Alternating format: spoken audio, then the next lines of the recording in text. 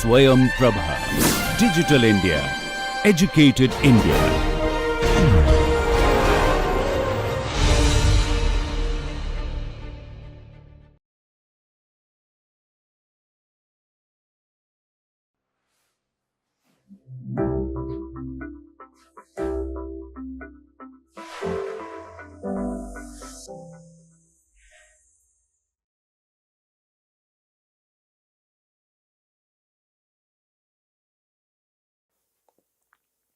Hello students, in our last class we saw building examples of renewable energy materials, buildings that were built with renewable energy materials. Today we will see high embodied building materials. We have seen low embodied building materials and now we will see high embodied building materials, high embodied energy, embodied carbon building materials. The first one we take is cement. Concrete is one of the most consumed material in the world and it is responsible for over 7% of annual global anthropogenic carbon dioxide emissions. Concrete is comprised of aggregates and binders, and Portland cement is a binder which is primary binding material in vast majority of cases, and that alone is responsible for 90% of concrete's emissions. Nearly 95% of cement's emissions come from clinker, which accounts for 91.4% of the material substance of cement. Clinker is produced by heating limestone plus clay at 1450 degrees centigrade, which precipitates a chemical reaction called calcination. Energy emissions from heating the kilns account for 35% of concrete's emissions. The calcination process releases carbon dioxide in great amounts, resulting in 53% of concrete's emissions.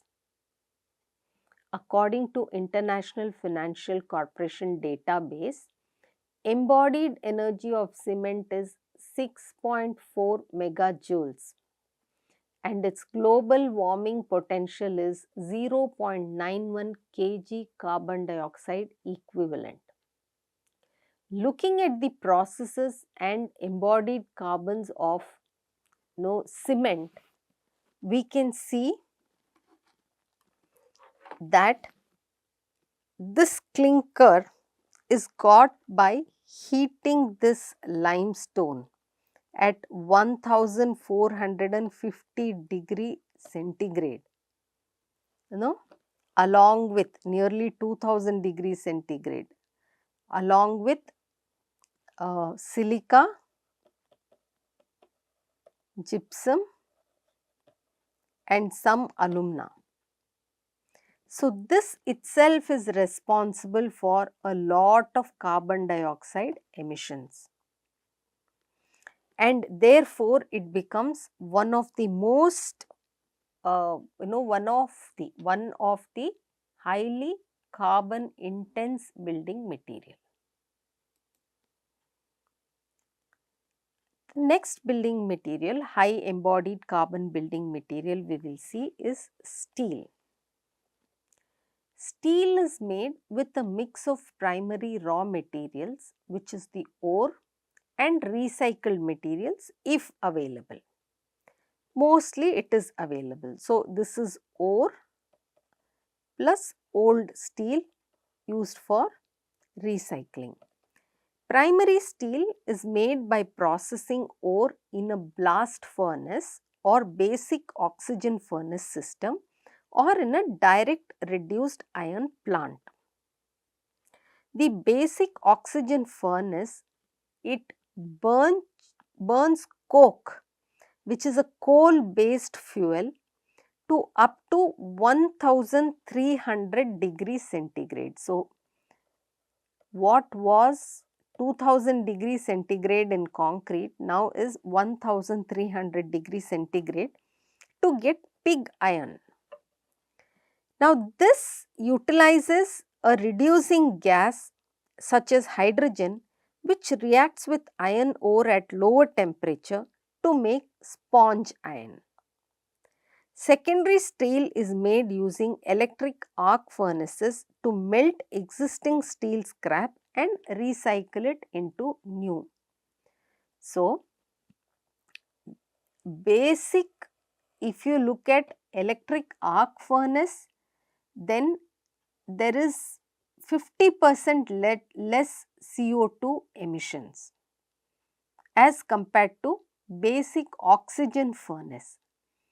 So, this seems to be a much better option. So, that is because 97% of what goes inside is recycled content, and 29% of global steel is made using this procedure with electric arc, and 71% of global steel is produced using the basic oxygen furnace, which is highly energy intensive.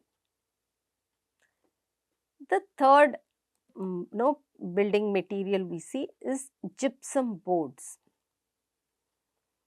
Now, gypsum board sometimes is referred to as plaster board or drywall.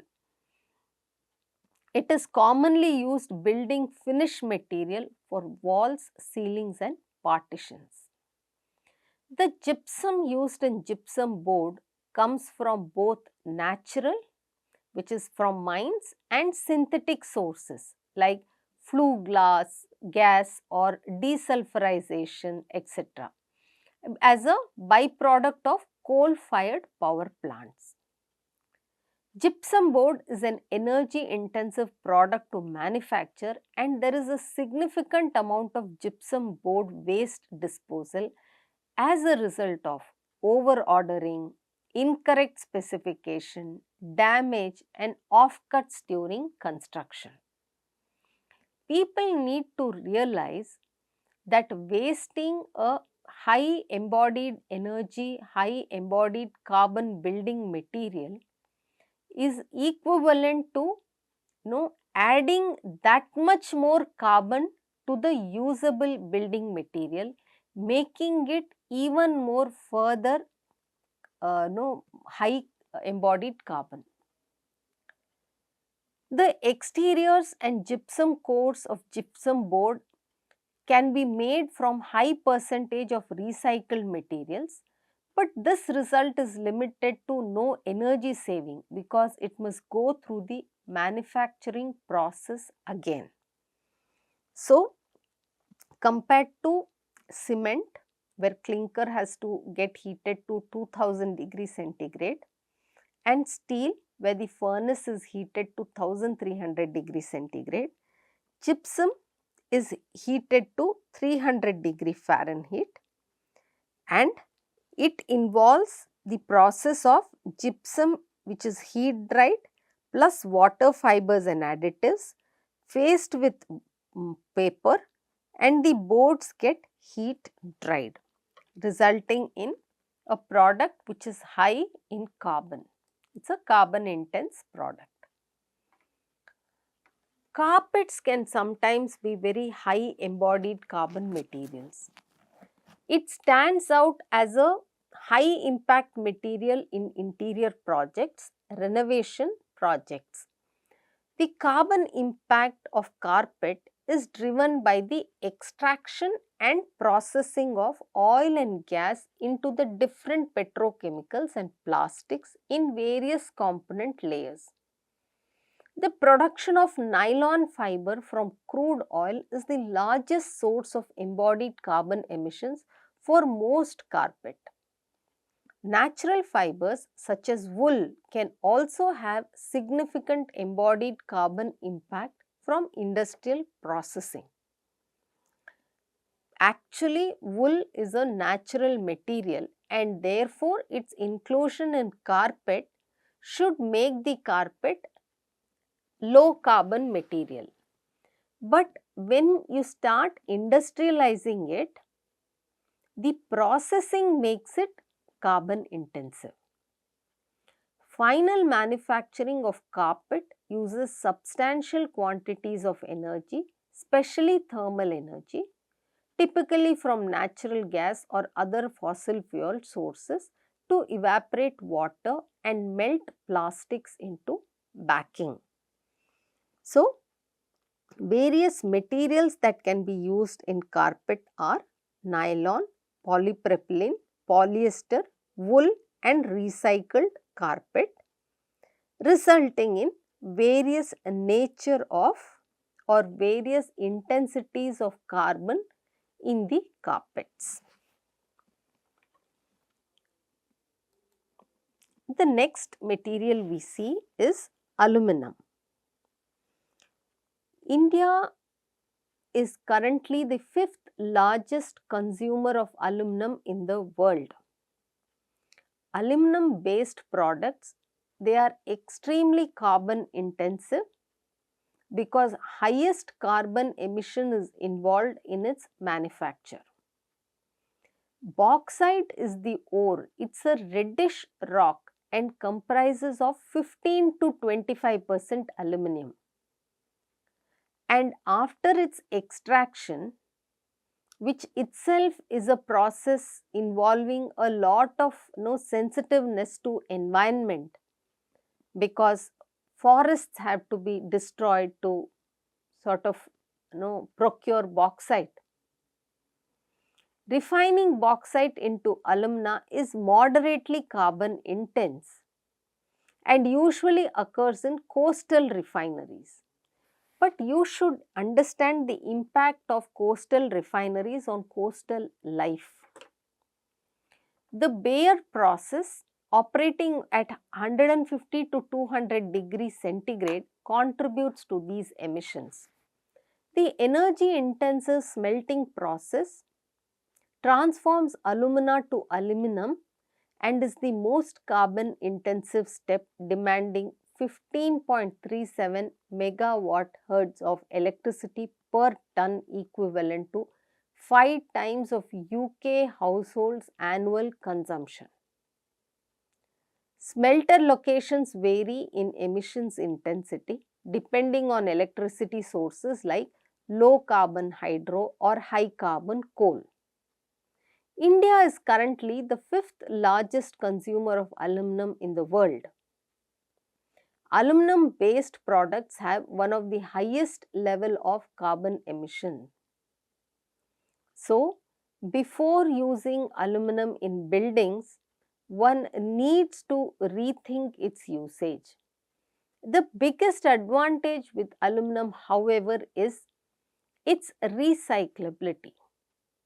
Aluminum can be recycled along with the new product, and the percentage of loss during recycling is very, very less. In fact, it is the least.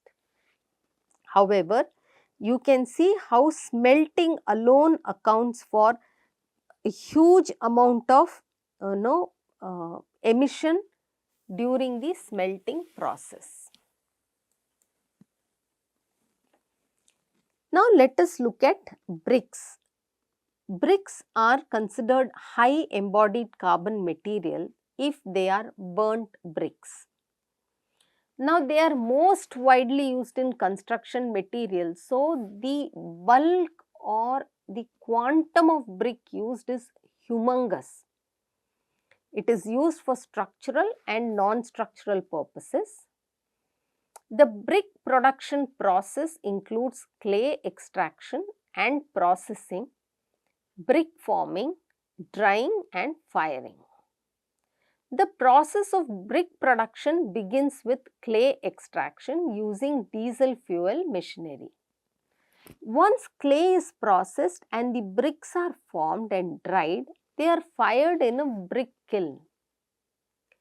Depending on the fuel used to fire the kiln, the embodied energy of brick gets increased or decreased. The kilns primarily use coal but also use firewood and other biomass fuels. It is estimated that the Indian brick industry consumes more than 24 million metric tons of coal annually, in addition to several million tons of biomass fuels. Accordingly, according to the International Financial Corporation database, embodied energy of common faced brick is 4.4 megajoules and its global warming potential is 0.39 kg carbon dioxide equivalent.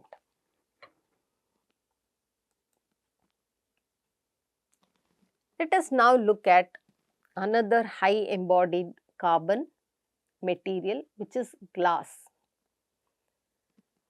Now, the raw materials for glass are silica sand and sodium oxide from soda ash, dolomite along with feldspar. Glass from the furnace gently flows over the refractory spout onto the mirror-like surface of the molten tin, starting at 1100 degrees Celsius and leaving the float bath as solid ribbon at 600 degrees Celsius. Coatings that make profound changes in optical properties can be applied by advanced high temperature technology to the cooling ribbon of glass. Despite the tranquility with which the glass is formed, considerable stresses are developed in the ribbon of the glass cools. As seen from this picture, the first step of converting raw material into molten glass requires the highest amount of energy. Now, this can be reduced to some extent by adding further broken glass called cullet in the mixture. Fine-grained raw materials, closely controlled for quality, are mixed to make a batch which flows into the furnace, which is heated to 1500 degrees Celsius. This temperature is the melting point of glass, resulting in glass being a highly energy intensive material and high carbon material.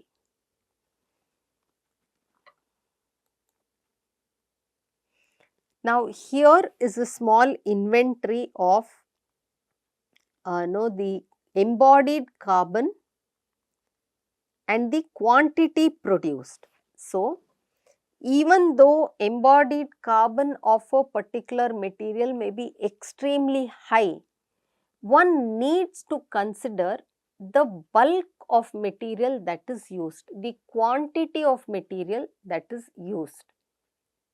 So, along with embodied energy of every material, we must consider the quantity of material in which these materials are produced to understand its full impact on the environment. Here we see that even though the embodied energy of aluminum is very high, in comparison to some other common building materials, the amount of aluminum used is negligible when compared to, say, concrete.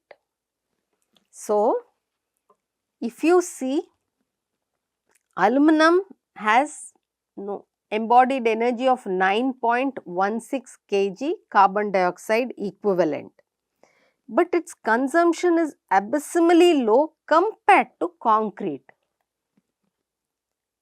So, but the concrete's embodied energy is pretty much low. It's the same with copper.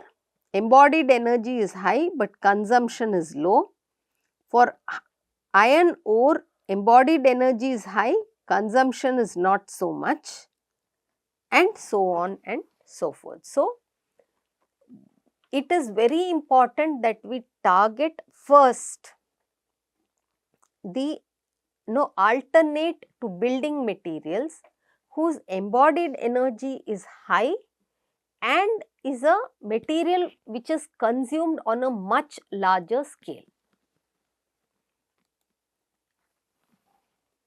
So, in a study done in Sri Lanka on the life cycle carbon emission assessment of a multipurpose building, this graph shows comparison of percentage weights and embodied carbon of major building materials.